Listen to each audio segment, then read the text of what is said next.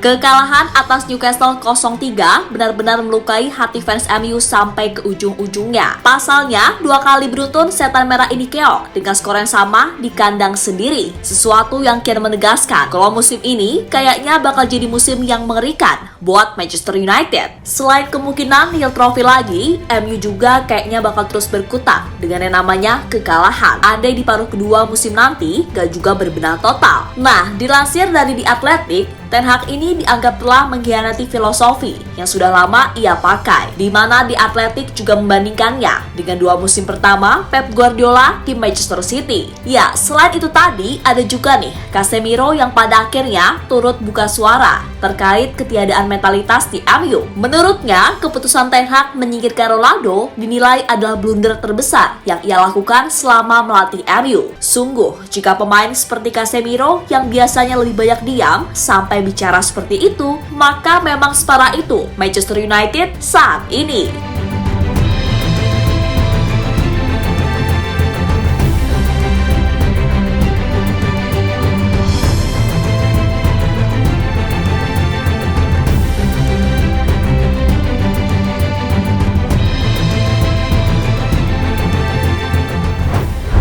Musim ini bisa jadi akan musim yang kelap bagi Manchester United bila mereka nggak segera berbenah. Hal itu mengacu pada banyaknya hasil minor di luar nalar yang mereka raih sejauh ini. Tentu saja ini jelas di luar ekspektasi fans yang di musim sebelumnya begitu yakin dengan Erik ten Hag. Sebab di musim ini harus diakui kalau terlalu banyak blunder yang dilakukan Ten terlepas dari bapuknya pemain MU itu sendiri.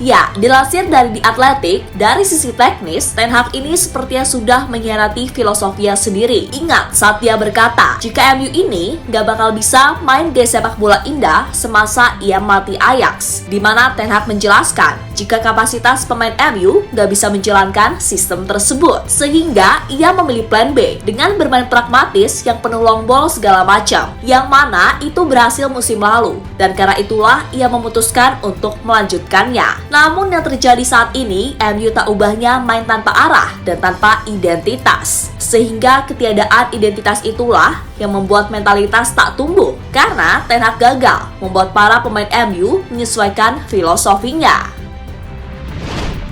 Di sisi lain, The Athletic juga membandingkan 2 musim. Pertama, Pep Guardiola di Manchester City. Pada musim pertama, Pep ini bisa dibilang gak berhasil amat untuk memaksa para pemain City main dengan filosofi yang selama ini ia pegang teguh. Meski begitu, Pep tetap pada pendiriannya untuk membuat para pemain lah yang harus menyesuaikan dengan sistemnya. Dan hasilnya, sejak musim kedua hingga sekarang, City menjadi tim yang dikenal dengan sepak bola indah dan efektif. Memang kita nggak bisa membandingkan murni 100% karena bagaimanapun Pep disupport oleh manajemen yang sehat dan siap melakukan apapun yang ia minta. Beda dengan Ten Hag yang gak usah dijelasin lagi lah Glazer gimana. Tapi sekali lagi poinnya di sini Ten Hag seolah membohongi dirinya sendiri. Padahal secara kualitas pemain ini nggak jelek, hanya saja mereka sedang dilanda krisis mentalitas. Nah, seharusnya untuk membangun mentalitas yang kuat tentu dibutuhkan adanya identitas terlebih dahulu, sehingga tahu nih harus ngapain,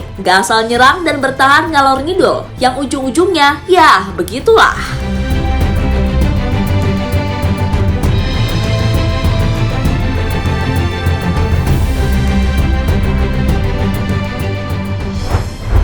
Sementara itu, Casemiro yang selama ini terkenal lebih banyak diam, pada akhirnya berani untuk angkat bicara terkait situasi di MU. Menurutnya, benar sekali, kalau di MU ini, mentalnya, parah. Ada nih, pemain yang masih bisa party-party, kendati baru saja mengalami kekalahan memalukan. Bahkan dengan tegas ia membandingkan semasa di Madrid. Gak ada yang kayak gitu. Itulah kenapa Madrid ini, meski sering main jelek, tapi ujung-ujungnya menang juga. Hal tersebut murni, karena mental para pemain Madrid ini udah dididik sedemikian keras.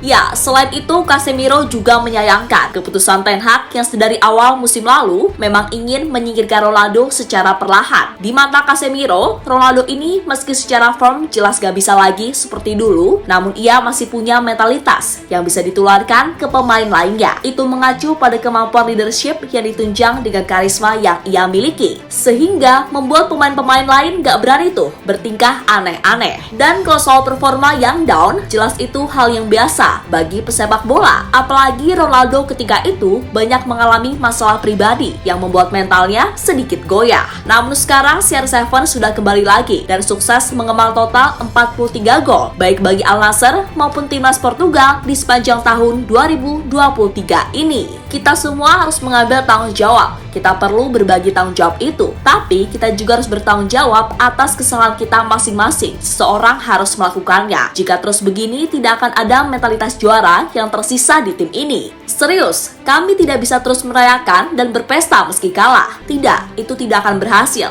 Saya merindukan mentalitas Cristiano Ronaldo dari Real Madrid, dan itulah kekurangan kami di sini. Saya tidak menyesal pergi, namun saya hanya ingin tim ini punya mentalitas yang sama. Ucap pemain asal Brazil itu dilansir dari Sporttek.